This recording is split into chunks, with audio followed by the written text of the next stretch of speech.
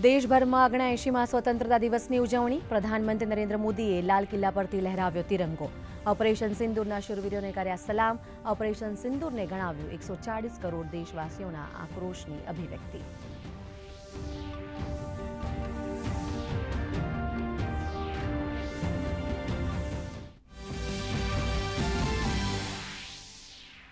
દેશમાં આજથી લાગુ કરાઈ પીએમ વિકસિત ભારત રોજગાર યોજના. પ્રાઇવેટ કંપનીઓમાં પ્રથમ વખત નોકરી મેળવનાર યુવાનોને મળશે 15,000 રૂપિયા. તો ગેરકાયદેસર ઘૂસણખોરી કરનારને ગણાવ્યા રાષ્ટ્રની સુરક્ષા માટે મોટું સંકટ.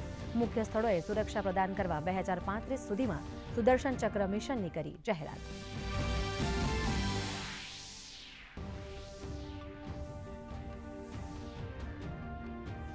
લાલ કિલ્લા પરથી પ્રધાનમંત્રીની જાહેરાત. આ વર્ષના અંત સુધીમાં બજારમાં મળશે made in India semiconductor chip.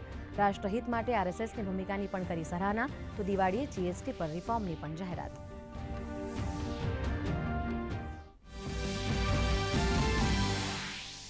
રોજિંદી જીવન જરૂરિયાતની વસ્તુઓ પર ઘટશે જીએસટી. કેન્દ્ર સરકારે જીએસટીના હાલના 12 અને 28% સ્લેબને બદલે 5% અને 18% બે દરનો મૂક્યો પ્રસ્તાવ.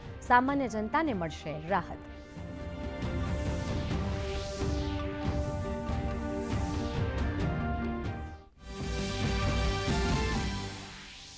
મુખ્યમંત્રી ભૂપેન્દ્ર પટેલે પોરબંદર ખાતે કર્યું તિરંગાનું ધ્વજારોહણ. 100 કરોડ રૂપિયાની મુખ્યમંત્રી ગ્રામોત્થાન યોજનાની કરી જાહેરાત.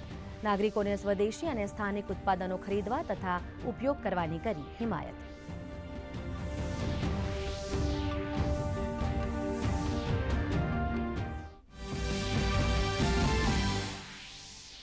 રાજ્યભરમાં સ્વાતંત્ર્ય દિનની ઉજવણી. ઠેર ઠેર યોજાયા ધ્વજારોહણના કાર્યક્રમો. મંત્રીઓ, સાંસદો, મેયર અને કલેક્ટરની ઉપસ્થિતિમાં ઉજવાયા જિલ્લા કક્ષાના કાર્યક્રમ.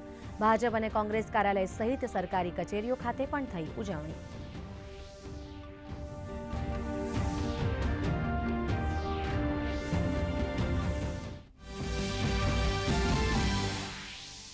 જેલમાં રહેલા કેદીઓના બાળકોના ઉજ્જવળ ભવિષ્ય માટે વિકાસ દીપ યોજનાથી જાહેરાત. સ્પર્ધાત્મક પરીક્ષા અને રમતગમત ક્ષેત્રે કેદીઓના સંતાનોને પ્રોત્સાહન આપવા અપાશે રોકડ પુરસ્કાર.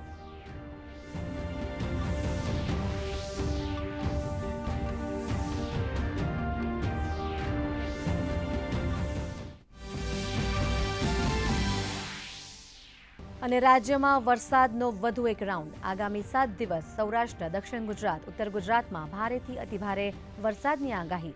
18 થી 20 ઓગસ્ટ દરમિયાન જાહેર કરાયું વરસાદનું ઓરેન્જ એલર્ટ. માછીમારોને દરિયો ન ખેડવાની સૂચના. 21 ઓગસ્ટથી ઘટશે વરસાદનું જોર.